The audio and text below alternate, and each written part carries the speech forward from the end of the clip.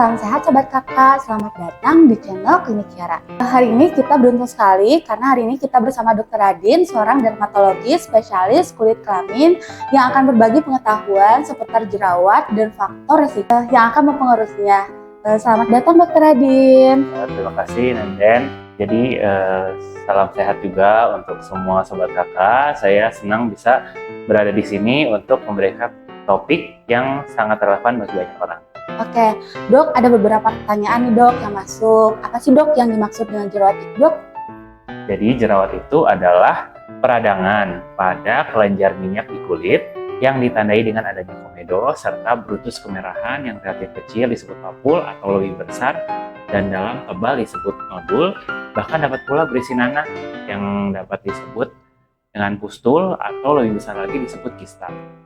Jerawat ini sangat umum terjadi terutama pada remaja ya. Nah, tetapi bisa juga mempengaruhi dewasa. Sebenarnya jerawat ini bersifat swasirna atau dapat sembuh sendiri. Nah, pada beberapa kondisi tertentu, jerawat ini dapat timbul lebih berat dan sering kambuh. Lalu apa aja sih Dok kondisi yang dapat membuat jerawat itu lebih berat dan sering kambuh Dok? Ada beberapa faktor yang bisa menyebabkan jerawat lebih berat dan sering kambuh. Faktor-faktornya itu antara lain dari hormonal, misalkan saat puber, atau kehamilan, atau yang menggunakan kontrasepsi, terutama yang pil atau suntik. Faktor lainnya konsumsi makanan yang tidak sesuai tinggi, stres, dan faktor genetik atau keturunan. Nah, beberapa obat juga ada yang dapat memicu terjadinya komedo dan menyebabkan terjadinya jerawat. Jadi ada 4 poin penting yang menyebabkan terbentuknya jerawat. Pertama, peningkatan aktivitas kelenjar minyak, lalu produksi sebum dan aktivitas bakteri, terutama Cutibacterium agnes, lalu peradangan. Dok, apa betul kalau misalkan makanan itu sangat mempengaruhi dalam menyebabkan jerawat Dok? Ya, benar betul. Jadi pola makan ini memainkan peran yang cukup penting dalam kesehatan kulit, termasuk munculnya jerawat. Jadi ada penelitian yang menunjukkan kalau makanan dengan indeks glikemik tinggi, misalkan seperti makanan cepat saji, kerupuk, kue, roti, minuman manis, makanan manis itu memicu tubuh untuk memproduksi lebih banyak hormon yang mengatur gula darah atau disebut insulin. Nah, kalau hormon itu insulin, dia juga meningkatkan produksi minyak dari kelenjar minyak di kulit. Nah, yang tadi kita dijelaskan bahwa produksi sebum yang meningkat menjadi salah satu penyebab dari timbulnya jerawat. Gitu ya Dok ya. Jadi apa Dok yang sebaiknya dilakukan gitu Dok oleh orang yang ingin mengurangi jerawatnya tersebut Dok? Melalui diet atau gimana Dok? Ya bisa kalau dari diet, yang disarankan itu ya berarti mengurangi konsumsi makanan yang indeks glikemik tinggi dan dapat diganti ke yang indeks glikeminya lebih rendah gitu ya, misalkan ya sayuran, kacang kedelai, contohnya wortel, apel, kurma, jeruk atau pisang itu beberapa contoh yang indeks glikeminya rendah. Nah, makanan-makanan itu juga dikatakan memiliki antioksidan yang tinggi yang mendukung untuk mengurangi terjadinya peradangan pada jerawat. Nah, setelah membahas tentang diet nih Dok, mari kita beralih ya Dok ya topiknya. Sering ditanyakan yaitu tentang olahraga Dok. Banyak nih yang bertanya Dok, apakah olahraga bisa mempengaruhi kondisi jerawat? Terus mengingat kita kan banyak keringat ya Dok ya, apalagi saat olahraga itu bagaimana Dok? Jadi itu pertanyaan yang bagus ya. Jadi olahraga dapat membantu menurunkan kadar gula darah sehingga menurunkan produksi hormon insulin yang mengatur gula darah sehingga produksi sebum dari kelenjar minyak di kulit juga dapat berkurang sehingga resiko timbulnya jerawat juga berkurang. Namun di sisi lain olahraga juga memudahkan kulit untuk terpapar dengan keringat, minyak, kotoran dan kuman yang meningkatkan risiko timbulnya jerawat. Oleh karena itu penting untuk menjaga kebersihan kulit sebelum dan sesudah berolahraga. Oke. Bagaimana Dok untuk caranya yang terbaik menjaga kebersihan kulit sehubungan dengan olahraga tersebut? Jadi untuk menjaga kebersihan kulit, langkah yang dapat dilakukan yaitu membersihkan wajah sebelum berolahraga untuk menghilangkan makeup atau kotoran yang mungkin menyumbat pori-pori. Selanjutnya, setelah berolahraga, sangat penting untuk segera mandi dan membersihkan kulit untuk menghilangkan keringat dan bakteri yang mungkin telah berkumpul.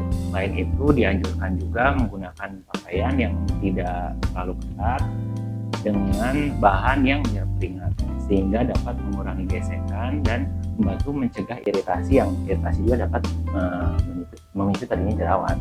Oke. Apa ada tips khusus lainnya dok untuk orang yang berolahraga di gym atau olahraga lain gitu dok misalnya? Jadi untuk tips untuk yang olahraga mungkin menggunakan handuk bersih saat di gym dan coba untuk tidak menyentuh wajah dengan tangan yang mungkin belum dicuci setelah menggunakan peralatan gym. Selain itu, bawa pembersih wajah ringan atau tisu pembersih wajah untuk digunakan saat olahraga. Itu dapat sangat membantu mungkin ya untuk menjaga kebersihan kulit.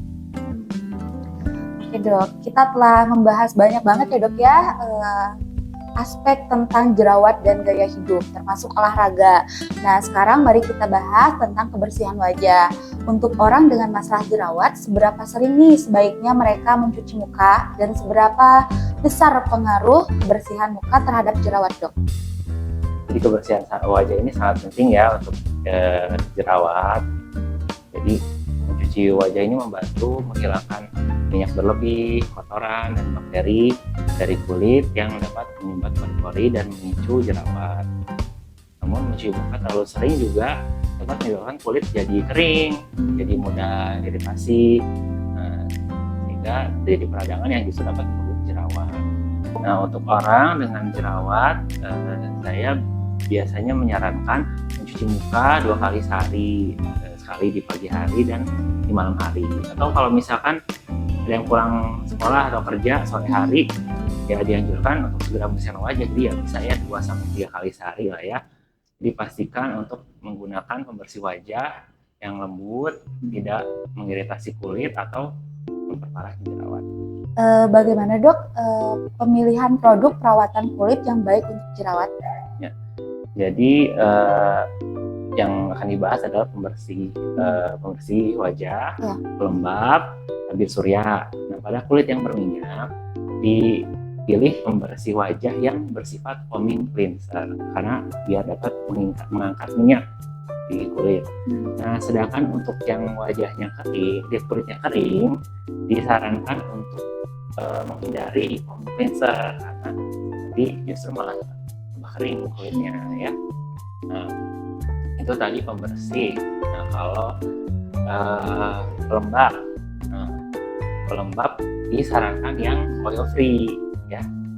Orang dengan kulit yang berjerawat sebaiknya menghindari paparan sinar matahari yang berlebih karena dapat memperberat peradangan pada jerawat. Tapi penggunaan tabir surya yang berat juga dapat memicu jerawat. Orang yang berjerawat boleh memakai tabir surya tetapi yang sediaannya ringan, misalnya liquid, spray, atau gel, dan dimulai dari SPF 30. Kalau ternyata dengan sediaan yang ringan dan SPF rendah pun masih timbul jerawat, ya dianjurkan menghindari paparan sinar matahari dengan cara memakai topi, kacamata hitam, jaket, atau masker dibandingkan memakai tabir surya. Harus diperhatikan pula apakah produk perawatan kulit yang digunakan mengandung bahan-bahan komedogenik atau yang dapat memicu terbentuknya komedo atau timbul jerawat. Contohnya adalah isopropyl myristat, isopropyl palmitat, atau coconut oil. Jadi coba dicek lagi komposisinya. Nah kalau misalkan ada bahan-bahan tersebut ya sebaiknya tidak digunakan. Dok bisa tolong nggak dijelaskan tentang perbedaan antara jerawat ringan, sedang, dan berat, serta bagaimana dok ciri-cirinya untuk jerawat tersebut? Jadi saya coba jelaskan yang udah di pembagian yang bisa dipahami untuk masyarakat umum dulu ya. Jadi jerawat ringan biasanya ditandai dengan komedo berlapis hitam atau putih serta beberapa beruntus merah. Jerawat sedang mungkin memiliki lebih banyak beruntus merahnya dan sebagian berisi nanah. Untuk jerawat berat, beruntusannya ini tampak lebih besar, bisa menyerupai benjolan dan nanahnya juga lebih banyak. Dan juga bisa meninggalkan bekas luka. Namun untuk pembagian jerawat yang lebih pasti itu sebenarnya ada penghitungan tertentu dari dokter, sehingga tadi yang saya jelaskan itu belum tentu mengatakan bahwa itu karena bentuknya seperti ini ringan, seperti sedang. Jadi dari dokter kulit dan kelamin sendiri memang ada perhitungannya sendiri. Jadi makanya sebaiknya pada pasien-pasien yang berjerawat untuk mengkonsultasikannya ke dokter spesialis kulit dan kelamin. Nah, karena untuk jenis keparahan jerawat ini bisa menentukan penanganan apa yang harus dilakukan pada pasien. Jadi pengobatannya itu benar-benar tergantung pada tingkat keparahan jerawatnya, Dok ya? Jadi benar sekali. Untuk selain itu, faktor individu seperti jenis kulit dan respon terhadap pengobatan sebelumnya juga sangat mempengaruhi dalam pengobatan jerawat. Banyak orang seringkali tergoda untuk memencet jerawat mereka ya, Dok ya, dengan harapan akan cepat sembuh gitu, Dok. Dan apa sih kebiasaan ini tuh dianjurkan atau tidak, Dok? Ya, untuk kebiasaan memencet jerawat ini ya tidak dianjurkan ya, sebaiknya dihindari. Karena memencet jerawat dapat menyebabkan lebih banyak kerusakan pada kulit, termasuk dia penyebaran bakteri yang bisa memperparah jerawat. Selain itu, kebiasaan ini dapat meningkatkan bekas luka atau noda hitam yang sulit hilang pada pasien yang jerawat. Jadi apa yang seharusnya dilakukan jika seseorang ingin mengatasi jerawat tanpa harus memencetnya, Dok? Yang terbaik adalah menggunakan pengobatan yang tepat seperti yang telah kita bahas sebelumnya. Untuk jerawat yang meradang dan membesar, lebih baik berkonsultasi dengan dermatologis untuk pengobatan yang lebih aman dan efektif. Selain itu, menjaga kebersihan wajah dengan pembersihan rutin menggunakan produk yang sesuai dengan tipe kulit dan kondisi jerawat juga sangat penting. Ini akan membantu mengurangi kemungkinan jerawat menjadi lebih parah dan mencegah pembentukan jerawat baru. Oke, terima kasih banyak ya, Dok ya, atas nasihat yang Dokter Radin berikan kepada Sobat Kakak. Nah, mari kita ingat bahwa keamanan dan kesehatan kulit kita adalah yang paling penting. Selalu konsultasikan dengan dokter spesialis sebelum mengubah atau memulai pengobatan baru.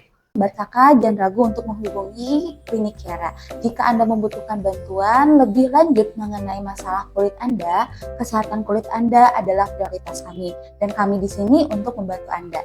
Memang bisa memberikan informasi hari ini, dan saya menantikan untuk membantu Anda di klinik. Terima kasih sekali Dokter Radin dan semuanya, dan terima kasih kepada semua yang telah menonton. Kami harap informasi yang kami sajikan hari ini dapat membantu Anda. Jangan lupa untuk like, share, dan subscribe untuk lebih banyak konten kesehatan dari Klinik Kiara.